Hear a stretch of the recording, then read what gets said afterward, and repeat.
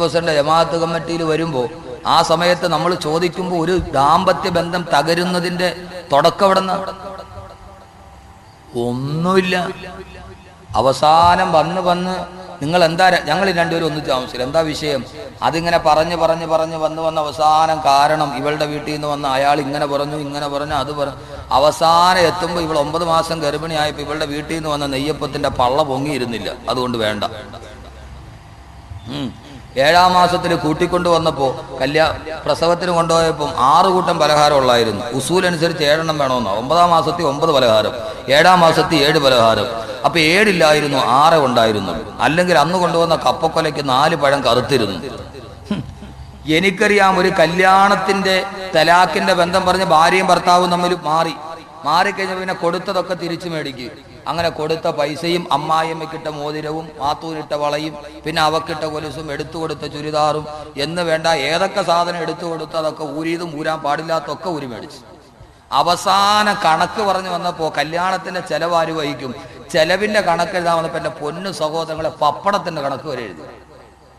വല്ലാഹി ഞാൻ വെറുതെ ഒരു കല്യാണ തകർച്ചയ്ക്ക് പോയപ്പോൾ ഞങ്ങൾ വാങ്ങിച്ചത് വലിയ പപ്പടമായിരുന്നു, നിങ്ങളുടെ അവിടെ കൊച്ചു പപ്പടമായിരുന്നു.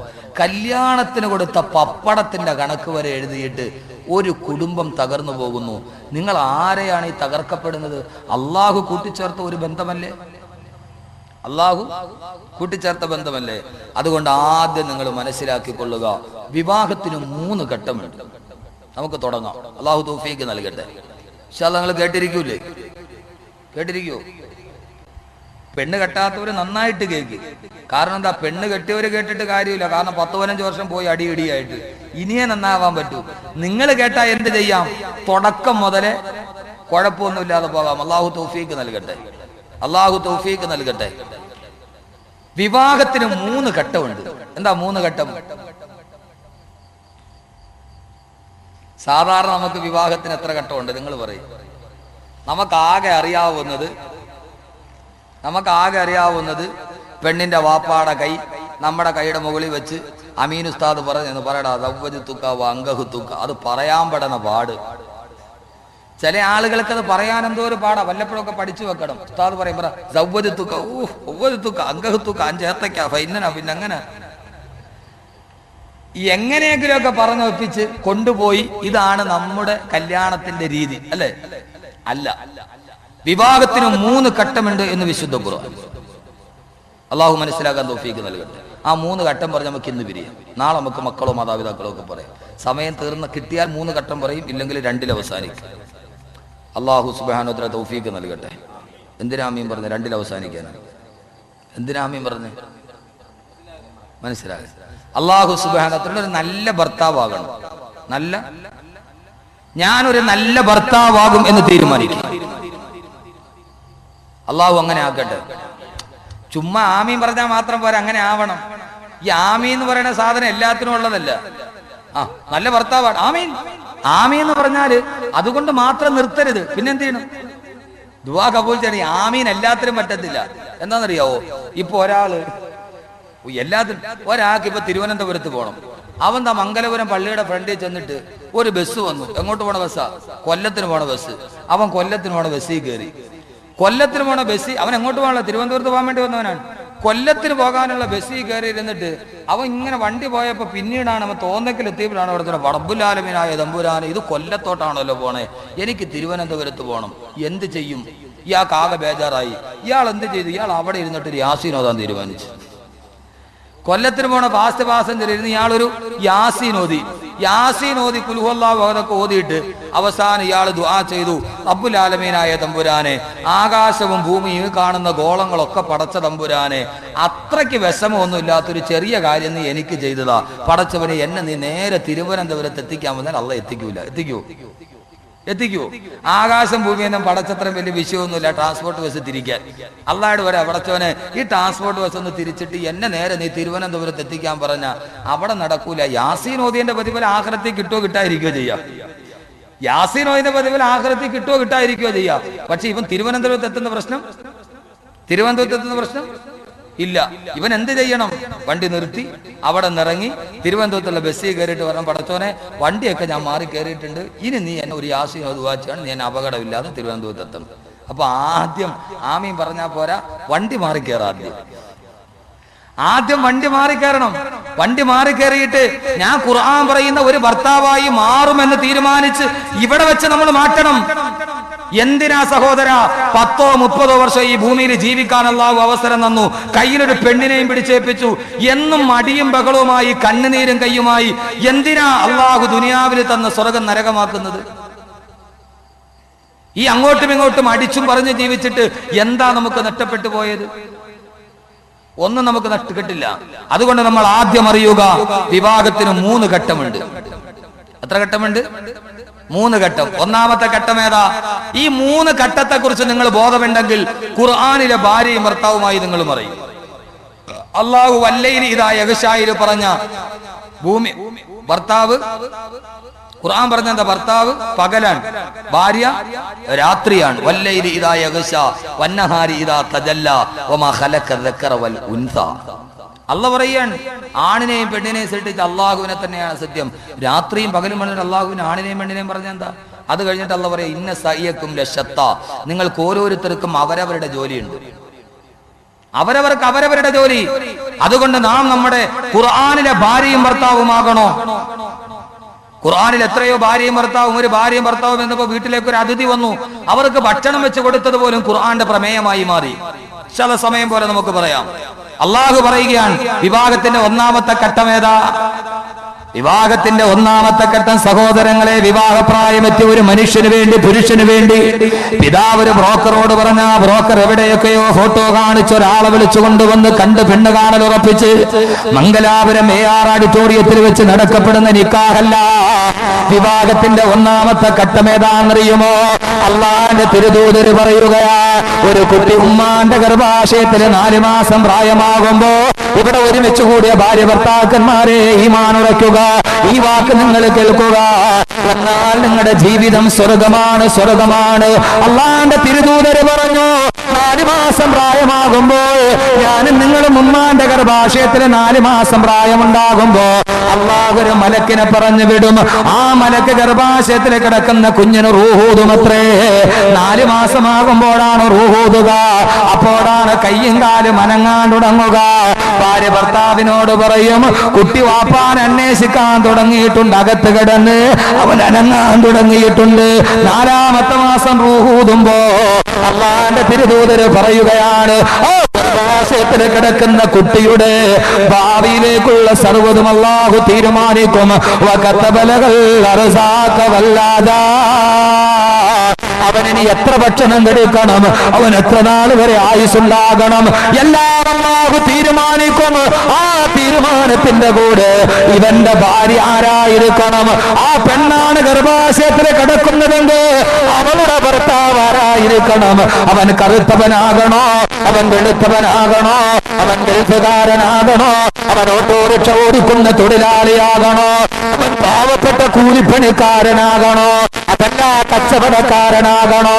അല്ലാഹു സുബ്ഹാനഹു വ തആല 4ാമത്തെ മാസത്തിന് ഗർഭാശയത്തിൽ മലക്കിനെ കൊണ്ടെഴുതി വെക്കും, ഇവന്റെ ഭാര്യയാകണം, ഇവന്റെ ഭർത്താവരാകണം. ആ ഭാര്യയും ഭർത്താവിനെയും അല്ലാഹു 4ാം മാസത്തിൽ ആലോചിച്ച വിവാഹം അല്ലാഹു എഴുതി വെച്ച വധൂവരന്മാരുടെ പേര് 25 വർഷം കഴിയുമ്പോ ആരൊക്കെയോ ചെന്നിട്ട് ആ പെണ്ണിനെ വലിച്ചു കൊണ്ടുവരികയാണ്, ആരൊക്കെയോ ചേർന്നിട്ട് ആ പുരുഷനെ കൊണ്ടുവരികയാണ്. അവർ രണ്ടുപേരും ജീവിതത്തിൽ ഒന്നാകുന്നതാണ് വിവാഹത്തിന്റെ 2ാം ഘട്ടമെന്ന് നബി മുഹമ്മദ് മുസ്തഫ. വിവാഹത്തിന്റെ 1ാം ഘട്ടം എവിടെയാണ് നടക്കുന്നത്? ബ്രോക്കറില്ല, പള്ളി കമ്മിറ്റിക്കാരില്ല, റെക്കോർഡുകളില്ല. അള്ളാന്റെ മലക്ക് വരുന്നു, തലയിൽ എഴുതി വെക്കുകയാണ്, ഇവൻ ഇന്ന പെണ്ണിനെ കെട്ടണം, പെണ്ണിന്റെ പേരെഴുതിയിട്ടുണ്ട്. അള്ള 4ാം മാസത്തിൽ എഴുതിയിട്ടുണ്ട്. എന്റെ പൊന്നു സഹോദരങ്ങളെ, അതിനെ അല്ലാതെ ജീവിതത്തിൽ കിട്ടൂല. അള്ള കളാക്കിയതല്ല. എന്റെ പൊന്നു ചെറുപ്പക്കാരാ, വെറുതെ എന്തിനാ നീ ഇങ്ങനെ ചാർജ് ചെയ്ത് പൈസകളെ? എത്ര വിളിച്ചിട്ട് ഒരു കാര്യമില്ല പൊന്നു മക്കളെ, അള്ള തീരുമാനിച്ചതേ വരും. വെറുതെ എന്തിനാ 3-4 മൊബൈലും കക്ഷത്തിലും അവിടെ ഇവിടെയൊക്കെ വെച്ചിട്ട് വിളിയോട് വിളി പോക്ക. അള്ള തീരുമാനിച്ചിട്ടുണ്ട് തലയില്, അതേ വരൂ. ചില പെണ്ണുങ്ങൾ പറയൂല, വഴക്കൂടുമ്പോ ഭാര്യമാര് പറയില്ലേ, പടച്ചവനെ എൻ്റെ ഒരു തലവിധിയായി. അതെ, തലവിധിയാണ്. ആ പറയുന്നത് ശരിയാണ്. ഇതെന്റെ നമ്മൾ സാധാരണ ഭാര്യമാര് വഴക്കണ പോലെ, ഓ പടച്ചവനെ ഇത് തന്നെ എൻ്റെ തലവരെ പോയല്ലോ അള്ളാഹുവേ. എത്രയോ ആലോചന വന്നിട്ട് മാറിപ്പോയതാ. നടക്കില്ല സഹോദരങ്ങളെ.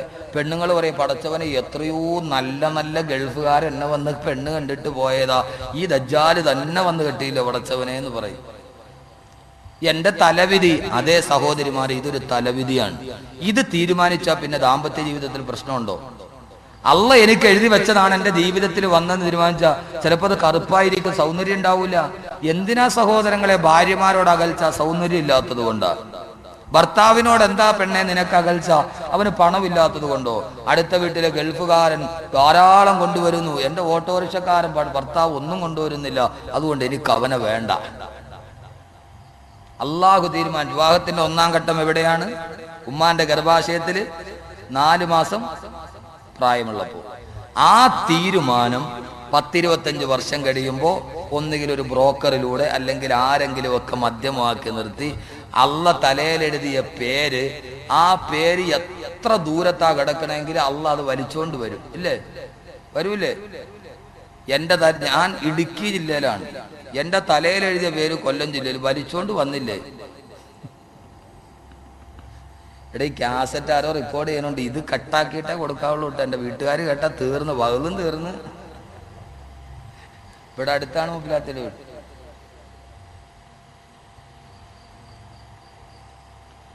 അറബികളെ വിവാഹം കഴിക്കുന്ന പെണ്ണുങ്ങളില്ലേ, അള്ള എഴുതിയതാണ്.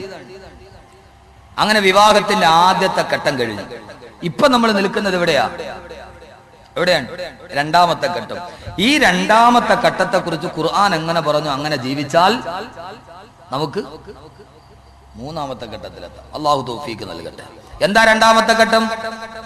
ഖുർആൻ അള്ളാഹു പറയുകയാണ്, രണ്ടാമത്തെ ഘട്ടം വിവാഹത്തോടെ തുടങ്ങുകയാണ്. 2 സാക്ഷികൾ, വധുവിന്റെ പിതാവിന്റെ കൈ നിന്റെ കൈവെള്ളയിലോട്ട് വരികയാണ്. ആ കൈവെള്ളയിലേക്ക് പിടിച്ചിട്ട് വധുവിന്റെ പിതാവ്, നിന്റെ ഭാര്യാപിതാവ്, സഹോദരാ കേൾക്കണേ, നിങ്ങൾ ഏതോ ഒരു ഓഡിറ്റോറിയത്തിന്റെ അല്ലെങ്കിൽ ഒരു പള്ളിയുടെ മിഹ്റാബിന്റെ കീഴെ മുഅ്മിനീങ്ങളെ സാക്ഷി നിർത്തി 2 സാക്ഷികൾ വധുവിന്റെ പിതാവ് അവന്റെ കൈവെള്ളയെടുത്തിട്ട് നിന്റെ കൈവെള്ളയിലേക്ക് വെച്ച് തരികയാണ്. ചെറുപ്പക്കാരാ കേൾക്കണേ, എന്റെ പ്രിയപ്പെട്ട ഭർത്താക്കന്മാർ, എന്തിനാണ് ആ പിതാവിന്റെ കൈവെള്ള എടുത്തിട്ട് നിന്റെ കൈവെള്ളയിലേക്ക് വെച്ചത്? അത് വെറുതെ വെച്ചതല്ല. ആ പിതാവ് നിക്കാഹിന് വിൽക്കുമ്പോൾ നിന്റെ ഭാര്യയുടെ പിതാവിന്റെ മനസ്സിൽ കടല് പോലെ തിരമാലകൾ ഇരമ്പുകയാണ്. അവന്റെ മനസ്സിൽ 1000 ആശങ്കയാണ്. അല്ലാഹുവേ, 18 വർഷം താടത്തുമ്പക്കാട് തോളത്തുമ്പക്കാട് വളർത്തിക്കൊണ്ടുവന്ന എന്റെ പൊന്നുമോൾ, അല്ലാഹുവേ ജീവിതത്തിൽ കൺമണിയെപ്പോലെ കാത്തു സൂക്ഷിച്ച എന്റെ പൊന്നുമോൾ, ആ പൊന്നുമോളെ എവിടെയോ കിടന്ന ഒരു ചെറുപ്പക്കാരന് ഒരാഴ്ച മുമ്പോ 1 മാസം മുമ്പോ കണ്ട് പരിചയപ്പെട്ട ഒരു അപരിചിതന്റെ കയ്യിലോട്ട് വെക്കുകയാ. ആ സമയത്ത് ആ പെണ്ണിന്റെ വാപ്പയുടെ മനസ്സിന്റെ ദുഃഖം എന്താ? അയാള് കൈവെള്ള എടുത്തിട്ട് നിന്റെ കൈവെള്ളയിലോട്ട് വെക്കുന്നത് എന്താ?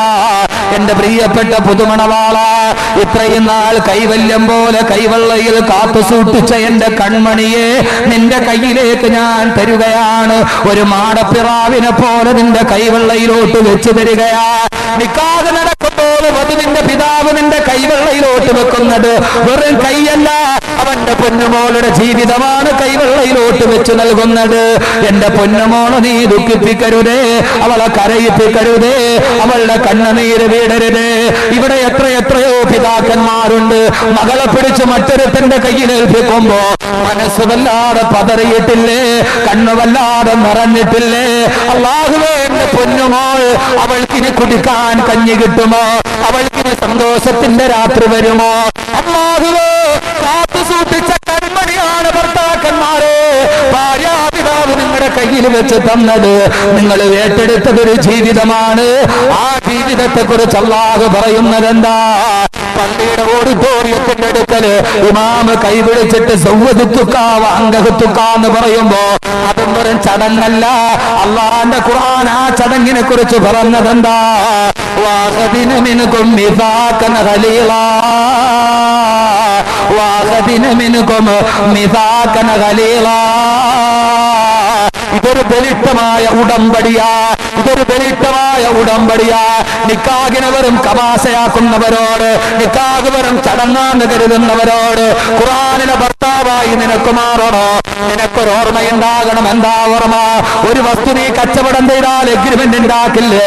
സമയമാകുമ്പോൾ പിരിച്ചു കൊടുക്കണ്ടേ? എഗ്രിമെന്റ് പാലിക്കണ്ടേ? അള്ളാന്റെ മുമ്പിൽ നീ എഗ്രിമെന്റ് വെച്ചതാ നിന്റെ ഭാര്യയെ കുറിച്ച്. ഞാൻ പറയുന്നത് ഭർത്താക്കന്മാരോടാണ്, ഞാനടക്കമുള്ള ഭർത്താക്കന്മാരോട്. അള്ളാന്റെ മുമ്പിൽ നീ കരാറ് വെച്ചതാ.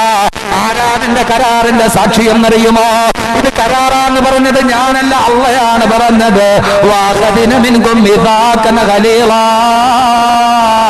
ഇതൊരു ബലിഷ്ഠമായ ഉടമ്പടിയാ.